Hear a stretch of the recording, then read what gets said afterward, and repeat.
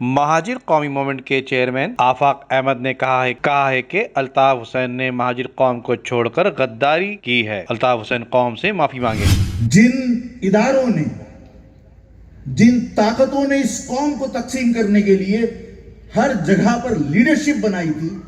اس قوم کو تقسیم کرنے کے لیے بنائی تھی نا، الگ الگ دھڑے جو بنائے تھے اس قوم کو تقسیم کرنے کے لیے بنائے تھے نا،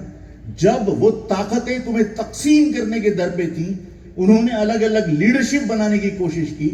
وہ تمہیں کبھی ایک نہیں ہونے دیں گے۔ میں یہ بات اس لیے کہہ رہا ہوں، یہ اس میں خوشی کی بات تو نہیں ہے،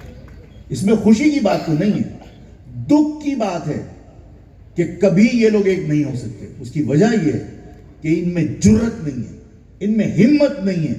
کہ یہ ان طاقتوں کی اس سازش کو رد کر کے اپنی قوم کے مفاد میں ایک ہونے کی کوشش کرے۔ ان میں طاقت نہیں ہے، اور جب لیڈرشپ میں طاقت نہیں ہو تو پھر قوم کو ایک ہونا پڑے گا، اور قوم کے ایک ہوئے بغیر اس شہر پر سے تمہاری جو گرفت تمہارے ہاتھ سے نکلتی جا رہی ہے اس کو نہیں بچا سکتے۔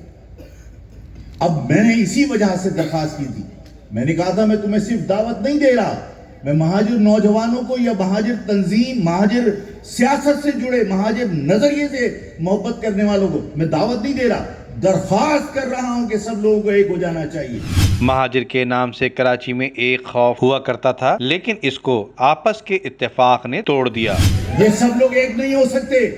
اور ان سب کو تم سے کیا دلچسپی ہو سکتی ہے؟ یہ بات اپنے ذہن میں بٹھا لیجئے کہ جو لوگ محسن کش ہوتے ہیں وہ کبھی کسی قوم کے وفادار نہیں ہو سکتے۔ میں نے انتخابی مہم کے دوران پوچھا تھا، آفاق نے بغاوت کی تھی اس مہاجر نظریے کی محبت میں، آفاق نے الطاف کے اس وقت الطاف کی مخالفت کی تھی جب الطاف کا جوبن تھا، جب الطاف اپنی طاقت کے عروج پر تھا، جب الطاف کسی کے لیے اگر موت کا پروانہ نکالے تو ایسا لگتا تھا جیسے اسرائیل علیہ السلام نے موت کا پروانہ نکال دی یا وہ حکم ہو گیا، یعنی وہ بالکل کل بنا ہوا تھا،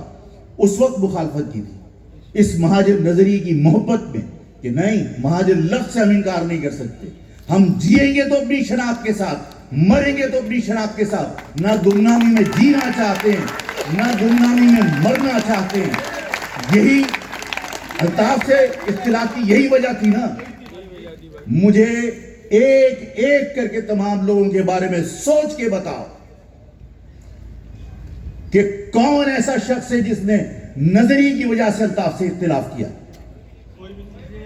اگر مہاجر نظریے کی وجہ سے اختلاف کیا ہوتا تو متحدہ بننے کے بعد علیحدگی اختیار کر دینی چاہیے تھی۔ اگر اس وجہ سے اختلاف کیا کہ الطاف حسین نے پاکستان کو مرد آباد کہا تھا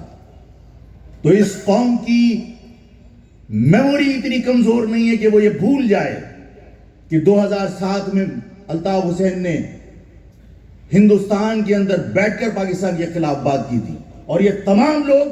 جو آج بہادر آباد یا پی آئی بی یا پی ایس پی کسی بھی حوالے سے اس مہاجر قوم کو بیوقوف بناتے ہیں، یہ سب کے سب ٹی وی پر بیٹھ کر الطاف کی وکالت کر رہے تھے۔ ایم کیو ایم کے چیئرمین آفاق احمد کا کہنا ہے کہ مہاجر قوم کو جن اداروں نے تقسیم کیا ہے وہ جانتے ہیں کہ ان کی لیڈرشپ میں اب ہمت نہیں رہی۔ مٹھی میں سے ریت کی طرح نکلتا چلا جا رہا ہے، اس شہر پہ سے ہماری گرفت ختم ہوتی چلی جا رہی ہے، اس شہر میں ہم اجنبی بنتے چلے جا رہے ہیں، اس شہر میں جہاں تمہارے نام سے